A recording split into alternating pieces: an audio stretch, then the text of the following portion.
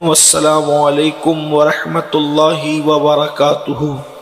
تھا اما عائشہ کو حمیرہ کا لقب کب ملا، اس پر محدثین نے بحث کی۔ کہتے ہیں ہوا یوں کہ ایک رات اما عائشہ کی باری تھی۔ حضور علیہ السلام ازواج مطہرات کے گھر میں باری باری رہتے تھے۔ ایک دن اس کے یہاں اور ایک دن اس کے یہاں اور ایک رات ایسے تقسیم تھی۔ تو اما عائشہ خود فرماتی ہیں کہ میرے گھر حضور کی باری تھی۔ آج میرے مقدر چمکے تھے کہ نبی پاک اللہ کے محبوب میرے گھر آئے تھے، حضور میرے گھر تشریف رکھتے تھے، لیکن میں یہ چاہتی تھی کہ آج حضور مجھے شرف بخشیں۔ ہمارا مسلک ادب ہے۔ ہم لوگ جب بھی بات حدیث کی اور صحابہ اور ازواج مطہرات کی کرتے ہیں تو ہم پھر ایکٹنگ نہیں کرتے، ہم تو الفاظ ڈھونڈتے ہیں کہ آخر کون سے الفاظ ملیں جس میں ادب سے ادب کی طرف الفاظ ہمیں منتقل کریں، ہمیں اس طرف ڈھالیں۔ اور خدا کی قسم ہم الفاظ کا انتخاب اپنے علم اور سمجھ کے مطابق وہ کرنا چاہتے ہیں جس میں تعظیم کا پہلو زیادہ ہو، کیونکہ الدین کلہ ادب، دین مکمل ادب کا نام ہے۔ اما عائشہ کے بارے میں یہ کہنا کہ وہ تو بیمار نہیں ہوتی تھی اور بیمار ہونے کی ایکٹنگ کرتی تھی، یہ ہمارے یہاں نہیں ہے۔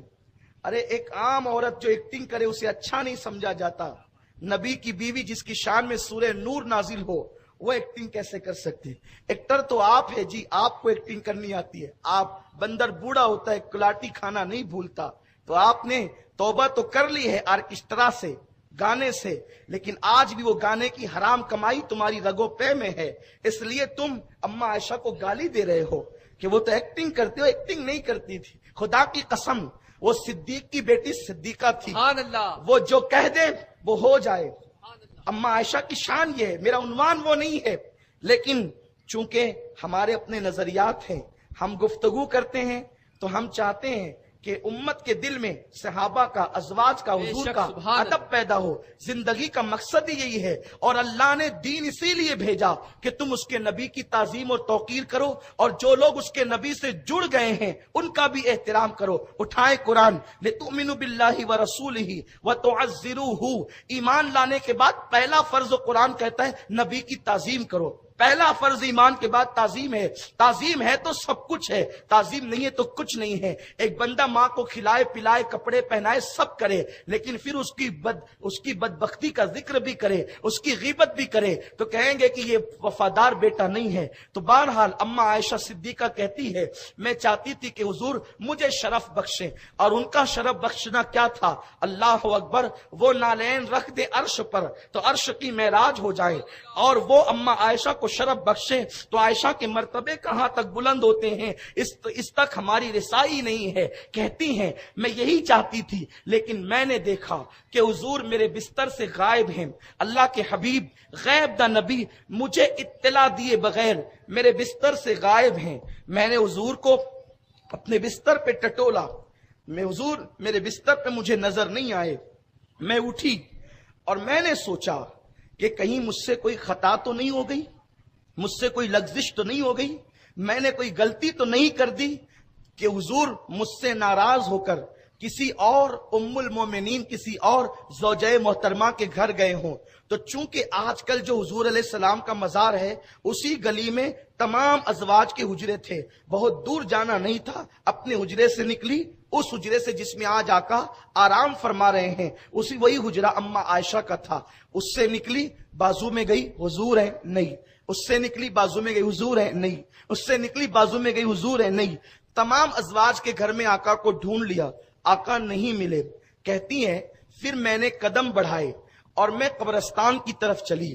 جب میں قبرستان میں پہنچی، مسلمانوں کا قبرستان جو مدینہ منورہ کا تھا، جس کا نام جنت البقیع ہے، جس کو بقیع الغرقد بھی کہتے ہیں، وہاں میں نے دیکھا کہ کوئی وجود کھڑا ہے اور وہ وجود کھڑے ہو کر آہوزاری کر رہا ہے۔ جب میں آگے بڑھی،